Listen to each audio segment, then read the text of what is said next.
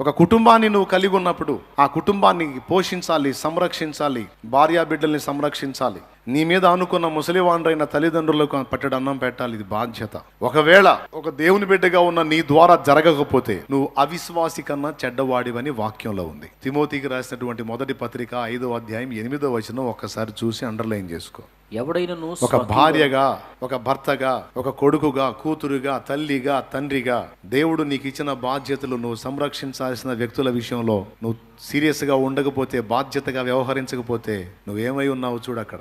ఎవడైనను స్వకీయులను విశేషముగా తన ఇంటి వారిని సంరక్షింపకపోయిన ఎడల వాడు విశ్వాస త్యాగము చేసిన వాడై అవిశ్వాసి కన్నా చెడ్డవాడై ఉండును. దేవుని వాక్యం ఎరగని లోకుల సంగతి పక్కన పెడితే దేవుని వాక్యం ఎరిగిన మన విషయంలో ఒక తీవ్రమైన హెచ్చరిక అది. బాధ్యతలు వదిలేసి బలాదూరుగా తిరగడానికి దేవుని వాక్యం ఒప్పుకోదు. ఒక భార్యగా నీ భర్త విషయంలో నువ్వు కలిగి ఉండాల్సిన బాధ్యతలు నువ్వు నెరవేర్చాలి, లేకపోతే లెక్క చెప్పాలి. ఒక భర్తగా నీ భార్య విషయంలో నెరవేర్చాల్సిన బాధ్యతలు నెరవేర్చాలి, లేకపోతే లెక్క చెప్పాలి. ఒక కొడుకుగా, కూతురిగా నిన్ను కన్నవారి విషయంలో నీ బాధ్యతను నువ్వు నెరవేర్చాలి, లేకపోతే లెక్క చెప్పాలి. అడుగుతాడు, పాయింట్అవుట్ చేస్తాడు. మరి రేపు న్యాయపీఠం దగ్గర అడిగేది అయ్యే, బాగా తిన్నావా, నిద్ర పట్టిందా, బాగా జీర్ణం అయిందా, ఇక అది అడిగేది.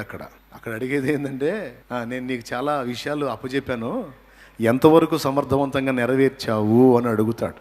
ఒకవేళ నువ్వు మిస్ అయిన బాధ్యతలు ఏమైనా ఉంటే ఎందుకని అవి నెరవేర్చలేదు అని అడుగుతాడు. దానికి సరైన కారణం నువ్వు చెప్పాలి. చెప్పకపోతే గద్దింపును ఎదుర్కొంటాం. మనుషుల ముందంటే మనం ఏదో హడావుడి గోల్ చేస్తే వాళ్ళే మౌనంగా ఉంటారు. కొంతమంది ఏం చేస్తారంటే వాళ్ళ దగ్గర తప్పు ఉందనుకో, మనం వాళ్ళని నిలదీసామనుకో, వాళ్ళకి ఆన్సర్ దొరకలేదనుకో, నెక్స్ట్ పాయింట్ ఏంటో తెలుసా, అగుడు చేస్తారు.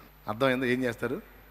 అగుడు అంటే గొడవ, పెద్దగా మాట్లాడతారు, హడావుడి చేస్తారు. అంటే ఆ నోరుకు జడిసి మనం మౌనం అయిపోతాం. అర్థమైందా? కానీ అక్కడ అగుడు చేయడానికి లేదు, పళ్ళు రాల కొడతాడు అన్నమాట. స్తోత్రం చెప్పండి. ఏం చేస్తాడు? ఇంకా అంతే, మళ్ళీ మాట ఉండదు. అదంట సంగతి.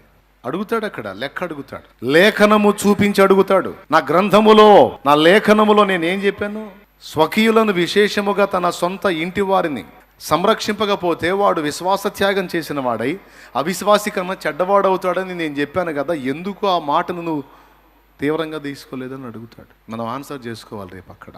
అందుకే దేవుడిచ్చినటువంటి బాధ్యతలను మనం ఖచ్చితంగా నెరవేర్చాలి. ఆ స్థితిలో ఉండి కూడా తల్లి బాధ్యతను నెరవేర్చాడు ఆయన. చావుకు సమీపంలో ఉండి కూడా శిష్యుడిగా తన బాధ్యతను నెరవేర్చాడు యోహాను. వీళ్ళిద్దరూ కలిసి ఒక గొప్ప పాఠాన్ని మనకి ఇస్తున్నారు. ఎవరెవరి దగ్గర ఏ ఏ బాధ్యతలను ఎలా నెరవేర్చాలి, ఎవరి విషయంలో మనం ఏ విధంగా ప్రవర్తించాలి.